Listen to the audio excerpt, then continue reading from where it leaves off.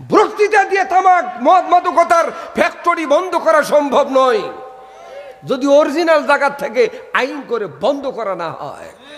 কিন্তু আমরা শুধু ক্ষমতায় যাবার জন্য যা বলি বলতে হ্যাঁ করবো, যাবার পরে আর একটাও করি না। এটা ধোঁকা ছাড়া জাতির সাথে আর কিছু না। ধোঁকাবাজরা অতীতেও থাকবার পারে নাই, যারা ধোঁকা দিবে আগামীতে তারাও থাকতে পারবে না। আমি দলীয় কোনো এজেন্ডা এবং বক্তৃতা দেওয়ার জন্য আসি নাই। যা হক কথা সত্য কথা সাবলীল ভাষায় বলবো, কিন্তু কোনো দলের নেতা কর্মী গালাবো না। আমরাই তো এখন না একটু ভাগ হয়েছি, তো গালি গালাদের কি আছে? ভুল হবে, একটু সংশোধনমূলক কথা হবে। অতীতে 17 বছর অনেক জ্বালা যন্ত্রণা নির্যাতন সহ্য করছি। আমরাই যদি আবার গাওত পড়ে আমরাই গন্ডগোল করি, এটা মানুষও খারাপ বলে, এটা কথা কয় না। আরো জোরে বলেন। সেই বলে একবারে খালি আপনারা গাও চড়বেন আর ধাক্কা দিবেন, মারবেন, আমরা কিছুই বলবো না। অত সুপিও আবার না, অত সুপির ভাতও নেই।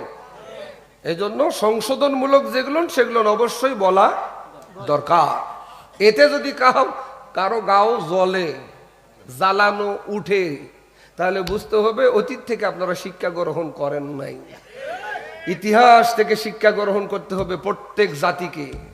আর যে জাতি ইতিহাস থেকে শিক্ষা গ্রহণ করে না, ও জাতির কপালত আরো দুঃখ আছে। ওয়াজ আমি 1 ঘন্টা করতে চাইছিলাম, কিন্তু শেষ হবে না। আপনারা যা বলছেন হয়তো কাছাকাছি যাবে। থাকবেন তো? কারা কারা থাকবেন না হাত তোলেন।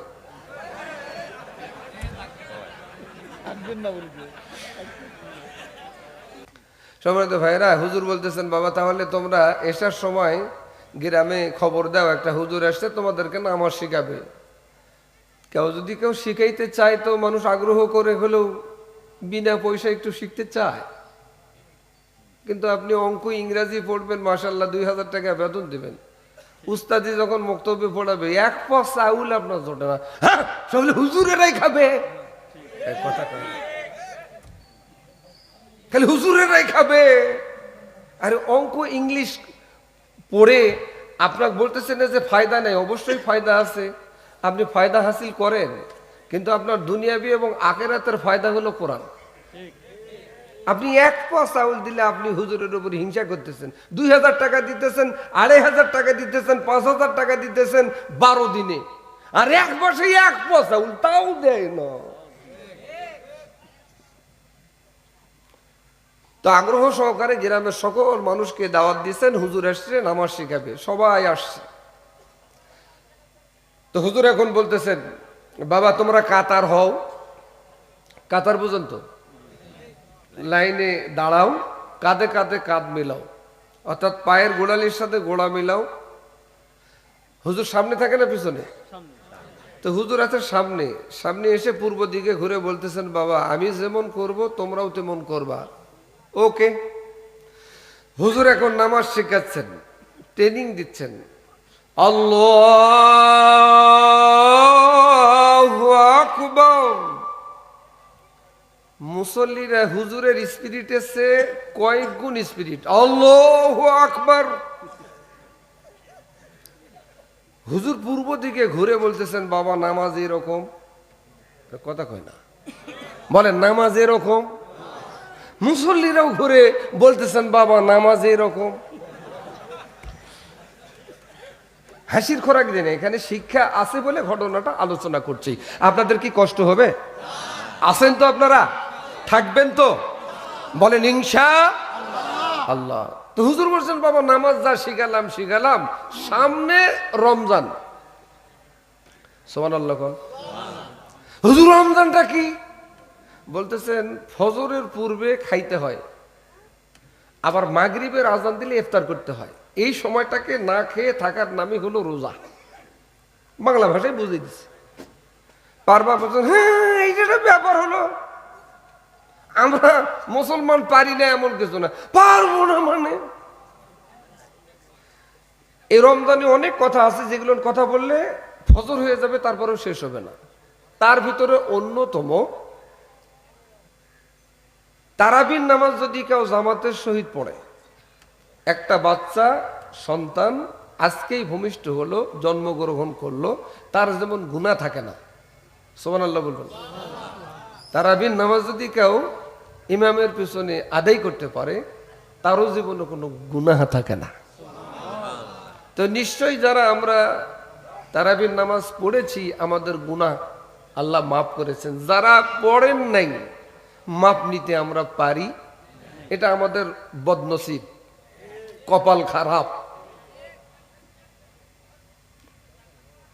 তো বলছেন, বাবা আমি তো দীর্ঘদিন ধরে তোমাদের এখানে এসে খেদমত করছি, তো তারাবির নামাজ হবে, তোমার তারাবি পড়িও, 2-4টা তারাবি যাবার পরে আমি আবার বাড়ি থেকে আবার এসে তোমাদেরকে তারাবি পড়াবো, রোজাও তোমরা করিও। ঠিক আছে হুজুর, আপনি জান, আমরা মোটামুটি ভাবে তারাবির নামাজ পড়বো, রোজাও রাখবো। হুজুর চলে গেছেন, গ্রামের যিনি মন্ডল মাতব্বর, দেওয়ানি, দেওয়ানি বুঝেন? দেওয়ানি কাক বলেন বলেন তো? মন্ডল মন্ডল নয়, আনে জোরে সুত্তে দিবেন ওই দেওয়ানি।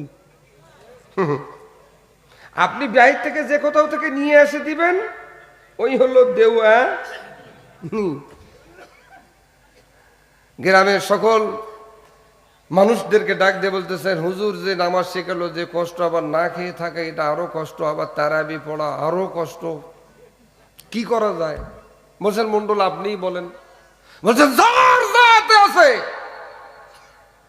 তাই নিয়ে তোমরা রাস্তায় দাঁড়িয়ে যাও, যাতে করে রমজান আমাদের গ্রামে ঢুক পারে না পারে। সুবহানাল্লাহ কইবেন না? সম্মানিত ভাইরা, রমজান নামে এক লোক হাতির পিঠে চড়ে ওনাদের গ্রামে ঢুকে পাড়ুইলে আসবে। মারহাবা, কোনো কথা নাই। গ্রামের সমস্ত মানুষ, ওই মন্ডল বলছে যার যা আছে হাতত লাঠি সোটা নিয়ে ডাং মারতে মারতে শেষ পর্যন্ত রমজান বলতেছে, ভাই মারেন কেন? বলছেন তুই ঢুকলেই না খেয়ে থাকবার লাগবে। বলছে রাস্তা চেঞ্জ করি, তারপরে যদি চেঞ্জ করে ঢুকিস তারপরে। এই জন্য মারতে মারতে মেরে ফেলছে, শেষ পর্যন্ত ওই হাতিও মারছে, রমজানও মারছে। হুজুর 3 দিন পরে আসে, দেখে কেমন রোজা নাই, অনেকেই বিড়ি খায়। আমাদের এলাকার তো বিড়ি খাওয়া লোক কম আছে, এখনো কোমরও হাত দিলে 2-1জনের পাওয়া যাবে। কথা কয় না, বিড়ি খাওয়া মানুষটা আমাদের কাতর দাঁড়ালে মনে হয় নিয়ত ছাড়ে গেল কয়েকটা। যারা ঠিক বলে না এরা খায়। জোরে কোন, আরো জোরে, আরো জোরে। এই বদমাদকতা, বিড়ি তামাকের বিরুদ্ধে বাংলাদেশে কমজ হয় নাই। আল্লামা দেলোয়ার হোসেন সাঈদী সহ বাংলাদেশের অসংখ্য আলেম ওলামারা বয়ান বক্তৃতা করেছেন, এরপরও তামাকের ফ্যাক্টরি বন্ধ হয় নাই। তো হুজুর এসে বলছেন, বাবা তোমরা রোজা নাই? বলেন হুজুর বিশ্বাস করেন আর না করেন, আমরা রমজানও ঢুক পেরে দিইনি। হুজুর তো অবাক, কিভাবে ঢুকতে দিলেন না? ঘটনাটা বললো, যা দেখেন রমজান আর রমজান হাতি পড়ে আছে। হুজুর কি এই শিক্ষা দিবার জন্য বলছিল? তো রমজান আমাদের মাস থেকে প্রতি বছর অনেকে 60টা রোজা পাইছেন, অনেকে 30টা রোজা পাইছেন, অনেকে 76টা পর্যন্ত রোজা করছেন, অর্থাৎ 76 বছর হায়াত পাইছেন। এরপরও আমরা পরিবর্তন হতে পারি, কারণ রমজান থেকে আমরা শিক্ষা গ্রহণ করতে পারি, দরকার ছিল। কথা বলেন ঠিক কিনা? এই জন্য বয়ান বক্তৃতা করে সবকিছু করা সম্ভব নয়। কাজে বাস্তবায়ন করতে গেলে সবচাইতে শক্তি, বড় শক্তি হলো রাষ্ট্রীয় শক্তি। এই শক্তিটাকেও কাজে লাগাইতে হবে।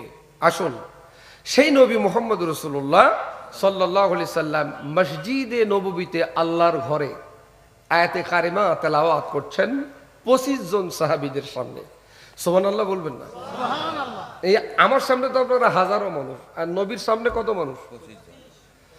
আয়াতে কারিমা তেলাওয়াত করছেন, নবীজি আমার সাথে তেলাওয়াত করেন, আউযু বিল্লাহি মিনাশ শাইতানির রাজীম, বিসমিল্লাহির রহমানির রহিম।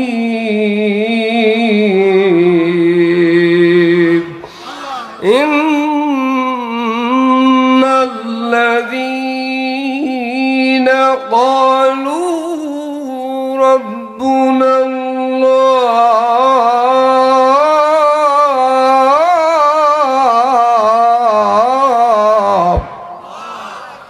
ربنا الله ثم استقاموا تتنزل عليهم الملائكة ألا تخافوا ولا تحزنوا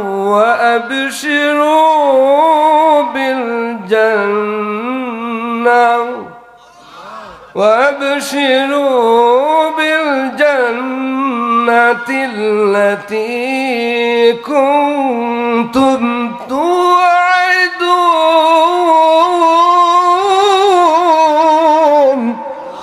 মন সে তো তোমার আপন নয়, তোমার আপন যিনি তিনি শুয়ে আছেন মদিনায়। আল্লাহুম্মা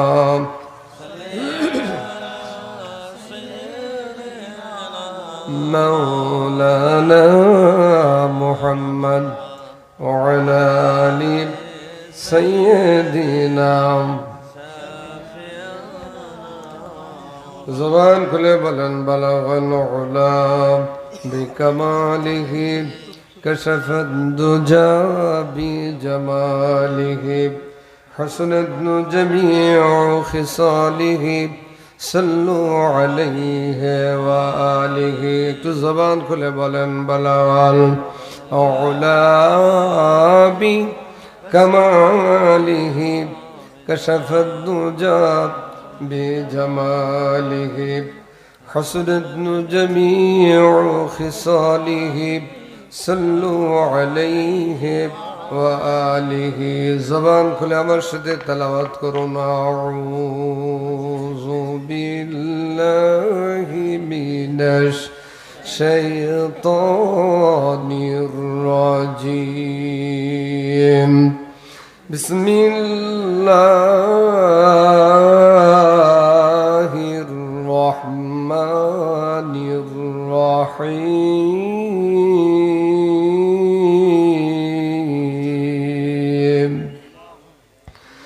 إن الذين قالوا ربنا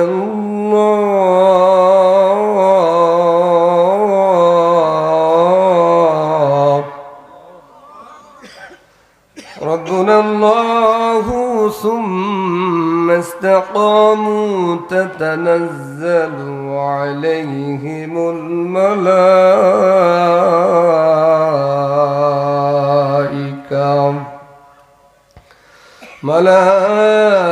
الملائكة ألا تخافوا ولا تحزنوا وأبشروا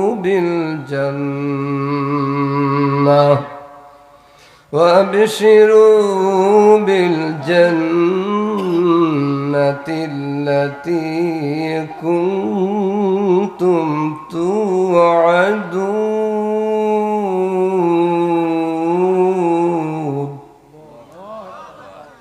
صدق الله العظيم. وقال تعالى شان في رسول الله من تشبه بقوم فهو منهم. জয়পুরহাট জেলার অন্তর্গত পাঁচবিবি থানাধীন পাড়ুইল কাঁঠালতলী ইসলামিয়া ফরকানিয়া মাদ্রাসার উদ্যোগে ঐতিহাসিক ইসলে সব ওজ মাহফিলের সম্মানিত সভাপতি, প্রধান অতিথি, বিশেষ অতিথিদ্বয়, মঞ্চে উপস্থিত দিনদার পরহেজগার ইমানদার ভাইয়েরা, পর্দারতা গণিতা মা ও বোনেরা, প্রশাসনের কর্মচারী কর্মকর্তাবৃন্দ, সাংবাদিক বন্ধুগণ, দোয়া পাবার আশায় সালাম জানাচ্ছি। আসসালামু আলাইকুম ওয়া রাহমাতুল্লাহি ওয়া বারাকাতুহু। শুকরিয়া আদায় করছি মহান রবের দরবারে, যার অপার অনুগ্রহে, যার দয়ায় কোরআন শোনার জন্য, বলার জন্য, আসার বসার বলবার তৌফিক দান করলেন। প্রভুর দরবারে শুকরিয়া আদায় করছি। সকলে উচ্চ আওয়াজে উচ্চ শব্দে আমার সাথে বলুন আলহামদুলিল্লাহ। শুকরিয়া আদায় করলে নিয়ামত বাড়িয়ে দেন কে?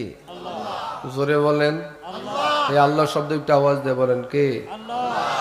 সুতরাং আমরা শুকরিয়া আদায় করতে কৃপণতা করব? তাহলে একটু উজাড় করে দিয়ে বলেন না আলহামদুলিল্লাহ। দরুদ ও সালাম বর্ষিত হোক মানবতার নবী, বিশ্ব নবী, বিশ্ব নেতা, নেতাদেরও নেতা মুহাম্মদুর রাসূলুল্লাহ সাল্লাল্লাহু আলাইহি ওয়াসাল্লাম।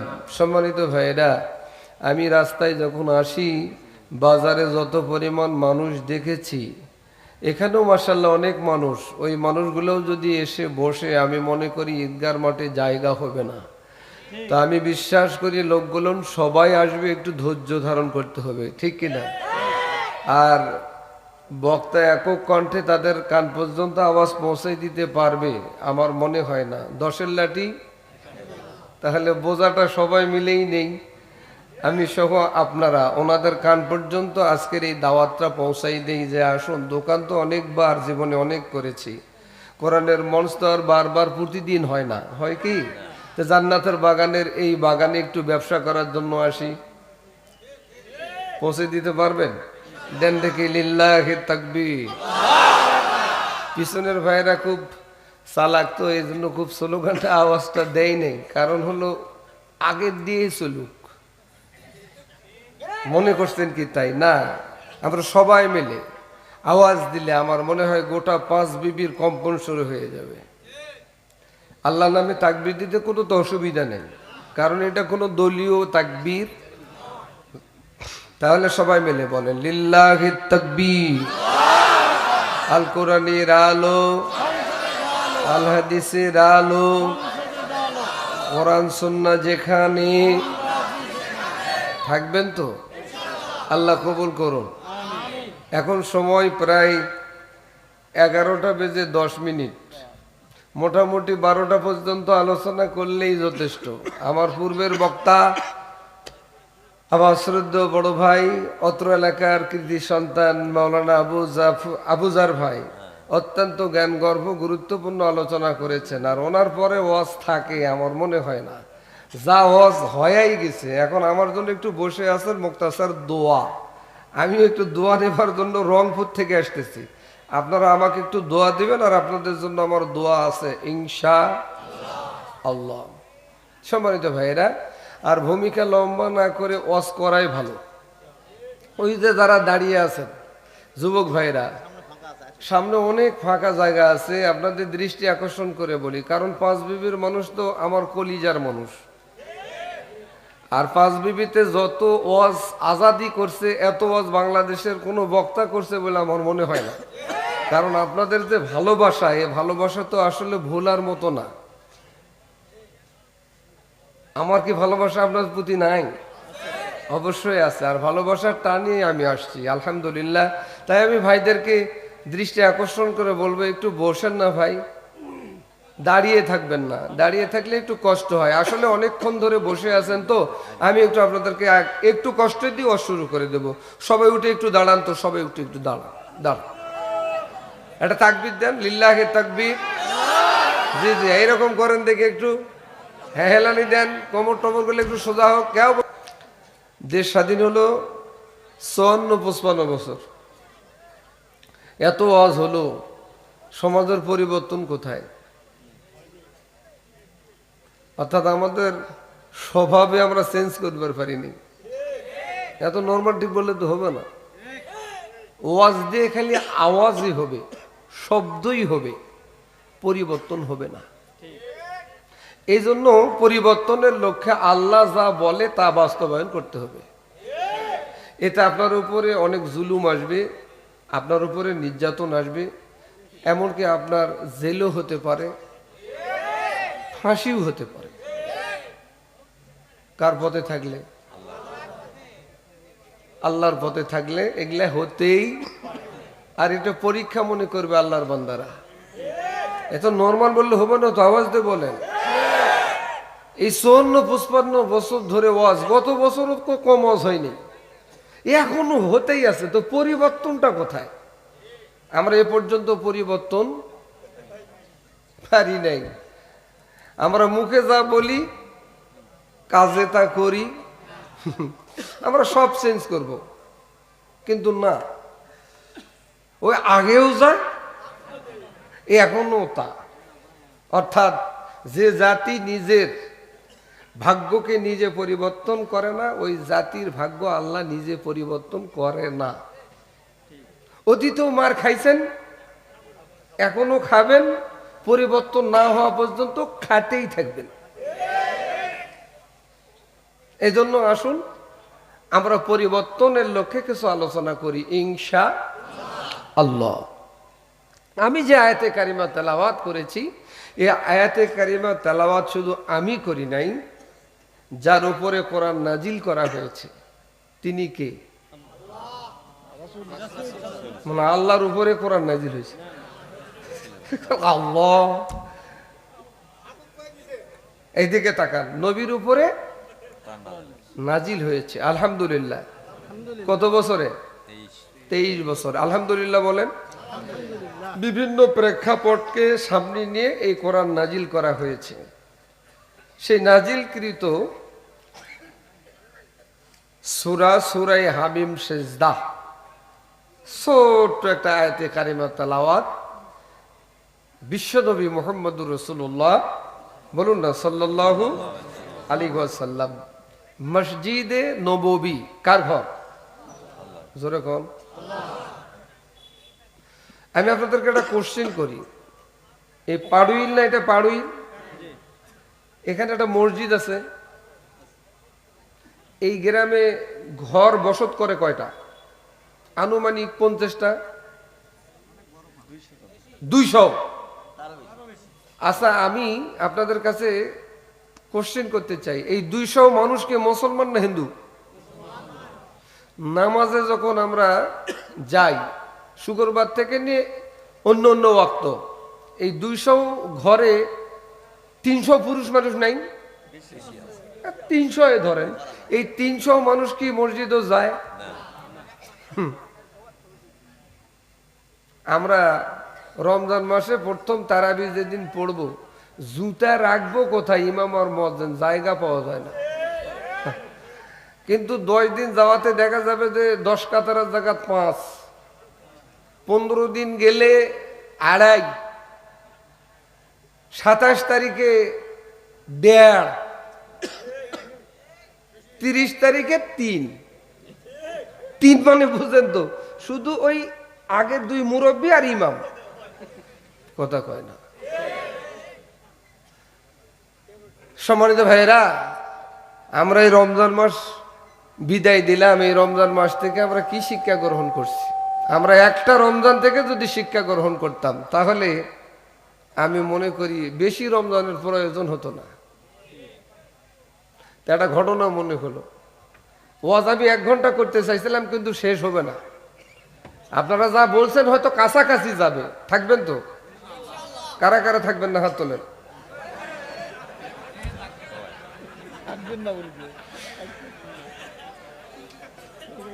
বাবাজি বসেন, আপনারা থাকবেন আমি বিশ্বাস করি আলহামদুলিল্লাহ। এই এখন যে ফোরকানিয়া মাদ্রাসা হয়েছে, হাফিজিয়া মাদ্রাসা হয়েছে, আলিয়া মাদ্রাসা আছে না, এত মাদ্রাসা কিন্তু আজ থেকে 60-70 বছর পূর্বে ছিল না। ওই নোয়াখালী থেকে হুজুরেরা, কুমিল্লার হুজুরেরা যতক্ষণে আসতো ততক্ষণে আনাকুম উনাকুম বুনাকুম তিনাকুম তুনাকুম, এছাড়া কিন্তু কোনো হুজুর ছিল না। তো এক হুজুর আসছে এক এলাকায়, দক্ষিণবঙ্গ থেকে উত্তরবঙ্গে এসে দেখেন বৃহৎ একটা গ্রাম।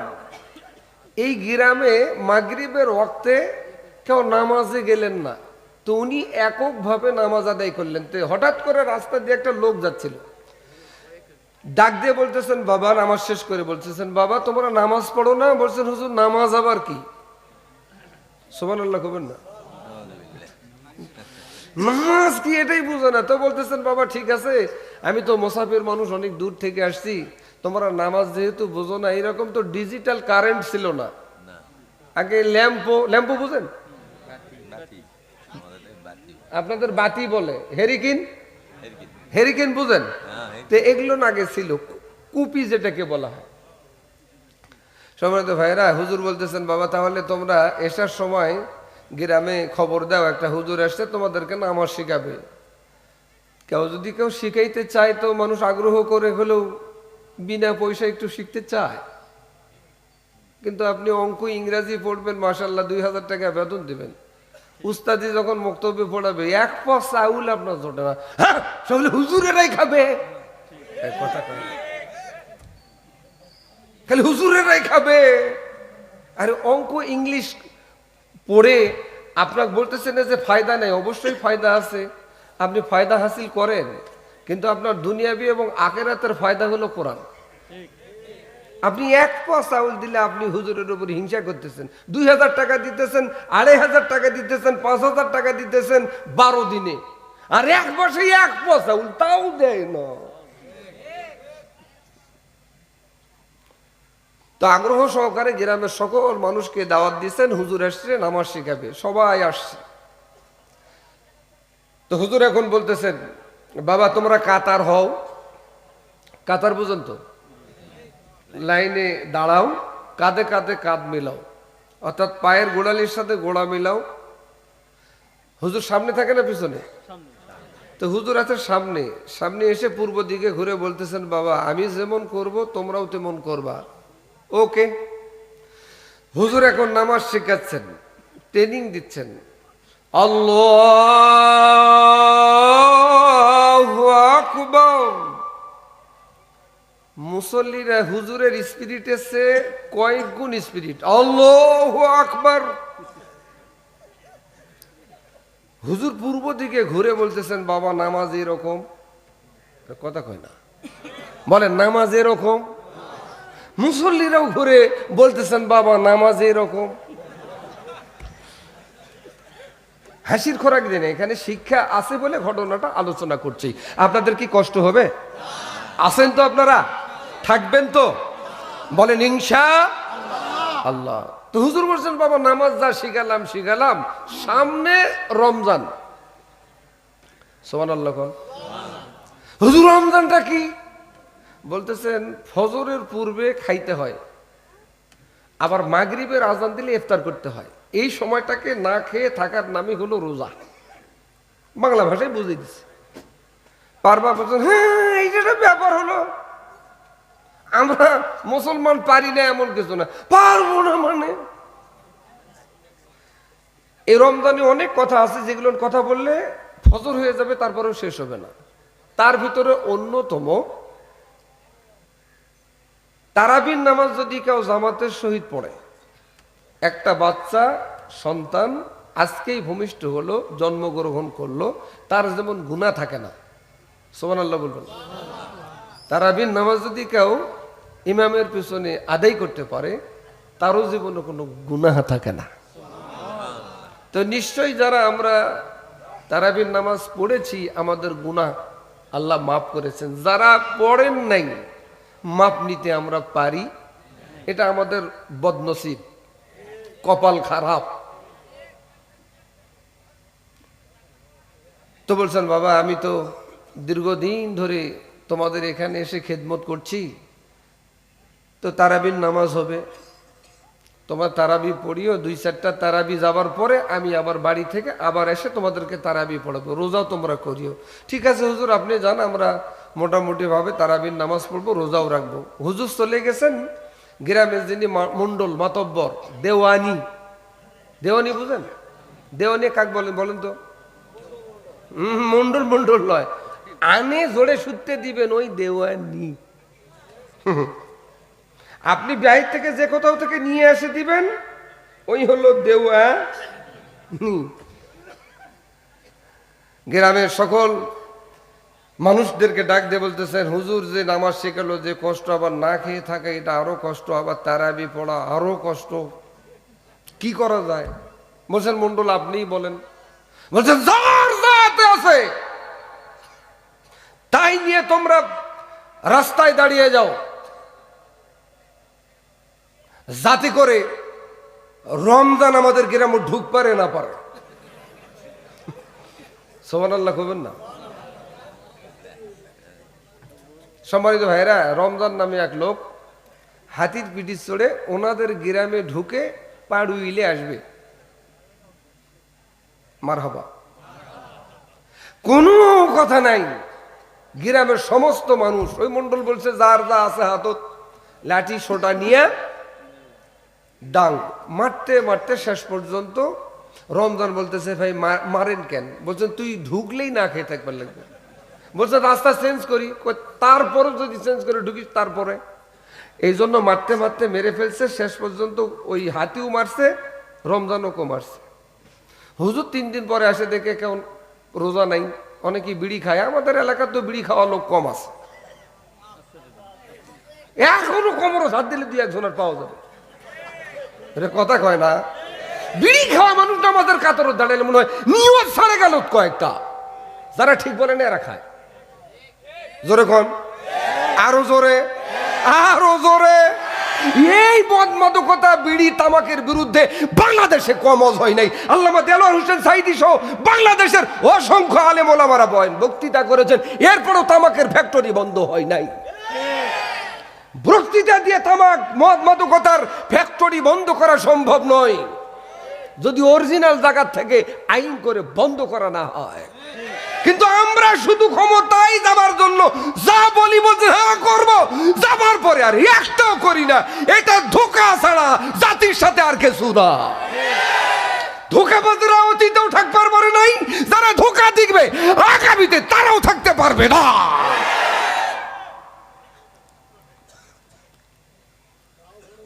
কষ্ট হবে। এদিকে তাকান, আমি দলীয় কোনো এজেন্ডা এবং বক্তৃতা দেওয়ার জন্য আসি নাই। যা হক কথা, সত্য কথা সাবলীল ভাষায় বলবো, কিন্তু কোনো দলের নেতা কর্মী গালাবো না। আমরাই তো এখন নয় একটু ভাগ হয়েছি, তো গালি গালাদের কি আছে? ভুল হবে, একটু সংশোধনমূলক কথা হবে। অতীতে 17 বছর অনেক জ্বালা যন্ত্রণা নির্যাতন সহ্য করছি, আমরাই যদি আবার গাওত পড়ে আমরাই গন্ডগোল করি, এটা মানুষও খারাপ বলে, এটা কথা কয় না। আরো জোরে বলেন। সেই বলে একবারে খালি আপনারা গাও চড়বেন আর ধাক্কা দিবেন, মারবেন, আমরা কিছুই বলবো না। অত সুপিও আবার না, অত সুপির ভাতও নেই। এই জন্য সংশোধনমূলক যেগুলো সেগুলো অবশ্যই বলা দরকার। এতে যদি কারো গাও জ্বলে, জ্বালানো উঠে, তাহলে বুঝতে হবে অতীত থেকে আপনারা শিক্ষা গ্রহণ করেন নাই। ইতিহাস থেকে শিক্ষা গ্রহণ করতে হবে প্রত্যেক জাতিকে। আর যে জাতি ইতিহাস থেকে শিক্ষা গ্রহণ করে না, ও জাতির কপালত আরো দুঃখ আছে। তো হুজুর এসে বলছেন বাবা তোমরা রোজা নাই, বলেন হুজুর বিশ্বাস করেন আর না করেন, আমার রমজান ঢুক পেরে দেয়নি। হুজুর তো অবাক, কিভাবে ঢুকতে দিলেন না? ঘটনাটা বললো, যা দেখেন রমজান আর রমজান হাতি পড়ে আছে। হুজুর কি এই শিক্ষা দিবার জন্য বলছিল?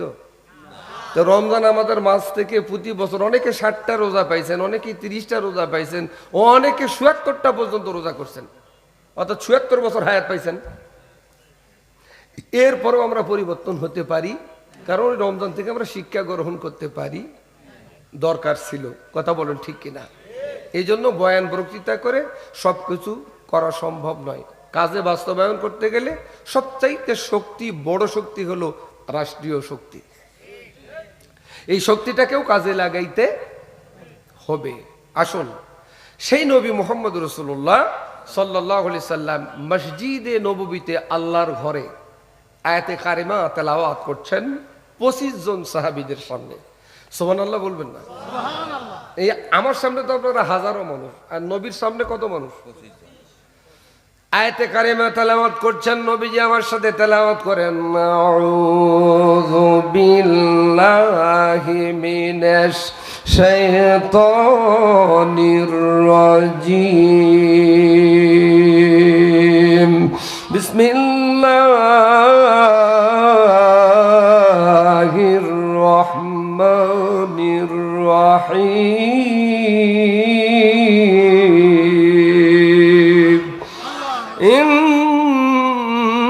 ইন্নাল্লাযী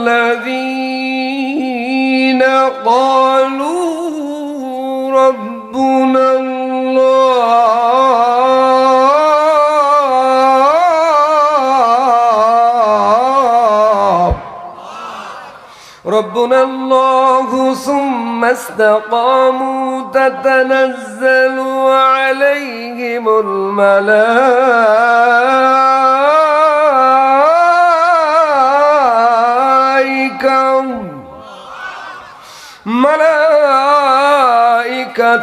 ألا تخافوا ولا تحزنوا